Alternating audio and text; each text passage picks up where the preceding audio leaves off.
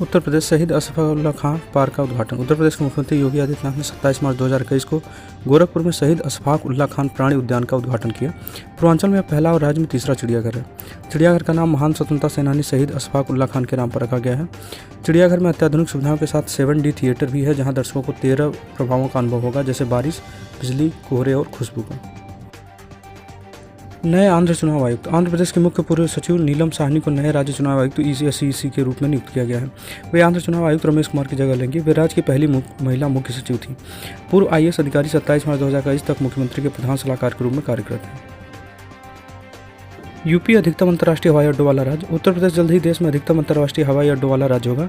राज्य में जल्द ही 5 अंतर्राष्ट्रीय हवाई अड्डे होंगे। जेवर अंतर्राष्ट्रीय हवाई अड्डा NCR क्षेत्र में आ रहा है, 2023 तक तैयार हो जाएगा। अयोध्या में अंतर्राष्ट्रीय हवाई अड्डा 2023 की शुरुआत में शुरू होने की उम्मीद है। आगामी कुशीनगर हवाई अड्डा VIP उत्तर प्रदेश में तीसरा लाइसेंस प्राप्त अंतर्राष्ट्रीय हवाई अड्डा होगा। एयर इंडिया का 100% निजीकरण। उड्डयन मंत्री हरदीप सिंह पुरी ने 27 मार्च 2021 को एयर इंडिया के पूर्ण विनिवेश की घोषणा की है। एयर इंडिया पहली दर वाली संपत्ति है, लेकिन उस पर 60,000 करोड़ रुपए का संचित कर्ज है। सरकार ने एयर इंडिया में अपनी पूरी 100% हिस्सेदारी बेचने की प्रक्रिया शुरू कर दी है। 2007 में इंडियन एयरलाइंस के साथ विलय के बाद से घाटे में चल रही है। गोकुलम केरल ने जीता आई लीग खिताब। कोलकाता में सीजन के फाइनल मैच में TRAU को 4-1 से हराकर गोकुलम केरल ने आई लीग खिताब जीता। आई लीग चैंपियन के रूप में गोकुलम अगले सत्र में AFC कप के ग्रुप स्टेज के लिए क्वालिफाई किया, जो एशिया की दूसरी स्तरीय क्लब प्रतियोगिता है। वह आई लीग खिताब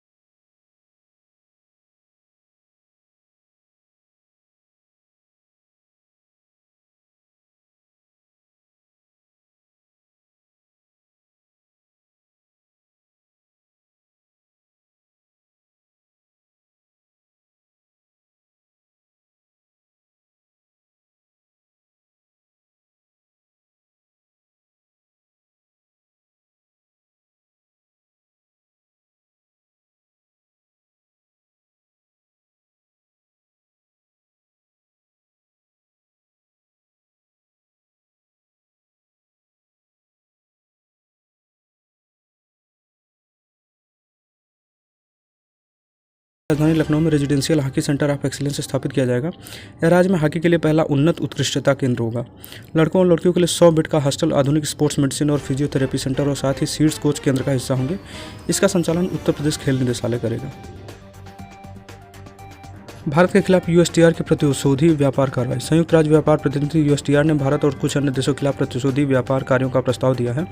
USTR ने ई-कॉमर्स कंपनियों पर एक समान लेवी डिजिटल सेवा कर लगाया है। यह अमेरिका द्वारा जून 2020 में शुरू की गई जांच का परिणाम है, जो US ट्रेड एक्ट 1974 की धारा 301 के तहत भारत और अन्य देशों द्वारा अपनाई गई डिजिटल सेवाओं पर कराधान के खिलाफ है। वायुमंडलीय वेधशाला का निर्माण करेगा IIT दिल्ली। IIT दिल्ली अपने सोनीपत परिसर में एक वायुमंडलीय वेधशाला का निर्माण करेगा। वेधशाला शोधकर्ताओं को जलवायु परिवर्तन से जुड़े वायु प्रदूषण और चरम मौसम की घटनाओं के स्थायी समाधान खोजने में मदद करेगी। यह देश भर के शोधकर्ताओं के साथ साथ अंतर्राष्ट्रीय सहयोगों के लिए भी खुला रहेगा। इसमें बादल के लिए मौसम संबंधी टावर, पवन प्रोफाइलर और रडार जैसे उपकरण होंगे।